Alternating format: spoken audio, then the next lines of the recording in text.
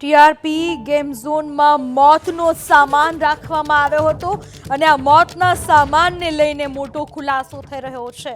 મોટા પ્રમાણમાં પેટ્રોલ અને ડીઝલનો જથ્થો રાખવામાં આવ્યો હતો ટીઆરપી ગેમ ઝોનમાં, જેણે આગને વધુ પ્રસરાવી।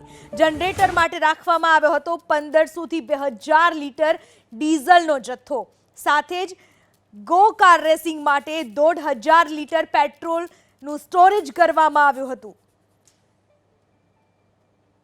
રાજકોટના ટીઆરપી ગેમ ઝોનની અંદર ગઈકાલે જે આગ લાગી હતી એ આગ વિકરાળ બની તેની પાછળનું કારણ પેટ્રોલ અને ડીઝલનો જથ્થો જાણવા મળી રહ્યું છે।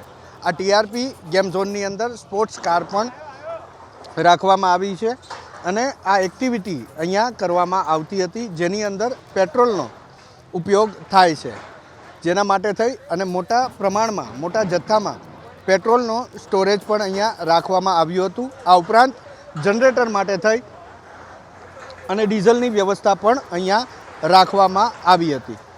પરિણામે અહીંયા જ્યારે આગ લાગી ત્યારે અચાનક આ પેટ્રોલ અને ડીઝલ કે જે જ્વલનશીલ પદાર્થ છે એ જ્વલનશીલ પદાર્થને રાખવા માટે યોગ્ય વ્યવસ્થા ન હતી અને તેના અભાવે કેરબા ભરી અને ખુલ્લામાં રાખવામાં આવ્યા હતા। જ્યારે આગ લાગી ત્યારે જે પેટ્રોલ અને ડીઝલનો જથ્થો કેરબાની અંદર રાખવામાં આવ્યો હતો તે અચાનક બ્લાસ્ટ થયો અને તેના કારણે ગણતરીની સેકન્ડોમાં આગ વિકરાળ સ્વરૂપ લઈ લીધું અને જેની અંદર 27 જેટલા લોકો 9 બાળકો સહિત જીવતા ભૂંજાઈ ગયા। કેમેરામેન કરણ પ્રજાપતિ સાથે હિરેન રાજગુરુ, એબીપી અસ્મિતા, રાજકોટ।